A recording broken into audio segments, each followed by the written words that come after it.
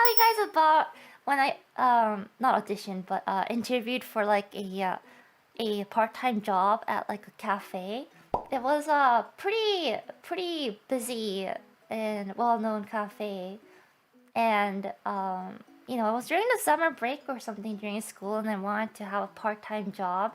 Resume of what's it? I go to this and this school. I have this and this school clubs and my achievements, whatnot. Because when you're a student, you don't really have job experience. All you have is your guts and confidence and I'll do my best kind of atmosphere. It got through. They saw my resume. They were like, "Oh, can you come in for an interview like later that day?" So I went. It was like one of my first job interviews, like real job interview, and I really love coffee, and I was like, I can really appeal that. Like I really love when it comes to the real interview. They're like, the usual job interview questions like, tell me more about yourself, tell me what you know about like this cafe, etc., etc. And then here comes like the what should I say, the behavioral questions. You got those always in the interviews. Okay, so say you got the job and you're working really hard. There's so much customers backed up with orders. Like, what would you do? Like, how would you act in that situation? Stuff like that. I kind of try to, imagine myself in this situation. I'm just like, oh, I'll do my best, blah, blah, blah. And then what caught me was one of the questions, of course, would be like, well, what do you think would be like the difficult part of this job? It's a very generic, job interview question. And I think my answer was like, oh, when there's like a lot of customers at once, I feel like I'll be really like pressured and stuff.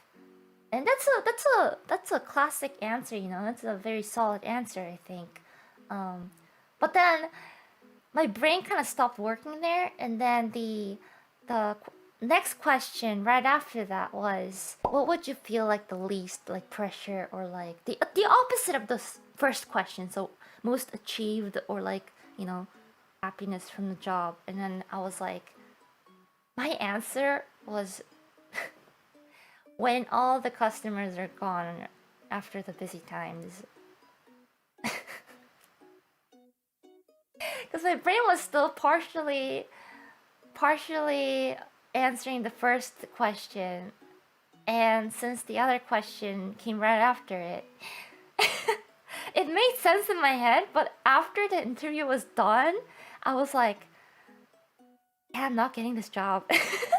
How I wanted to deliver that little part was like, after you work really hard, you have that satisfaction of, oh, I did it kind of feeling, But yeah, I don't think that translated very well. Yeah, it's alright. It's not like I wanted to work at that cafe anyway.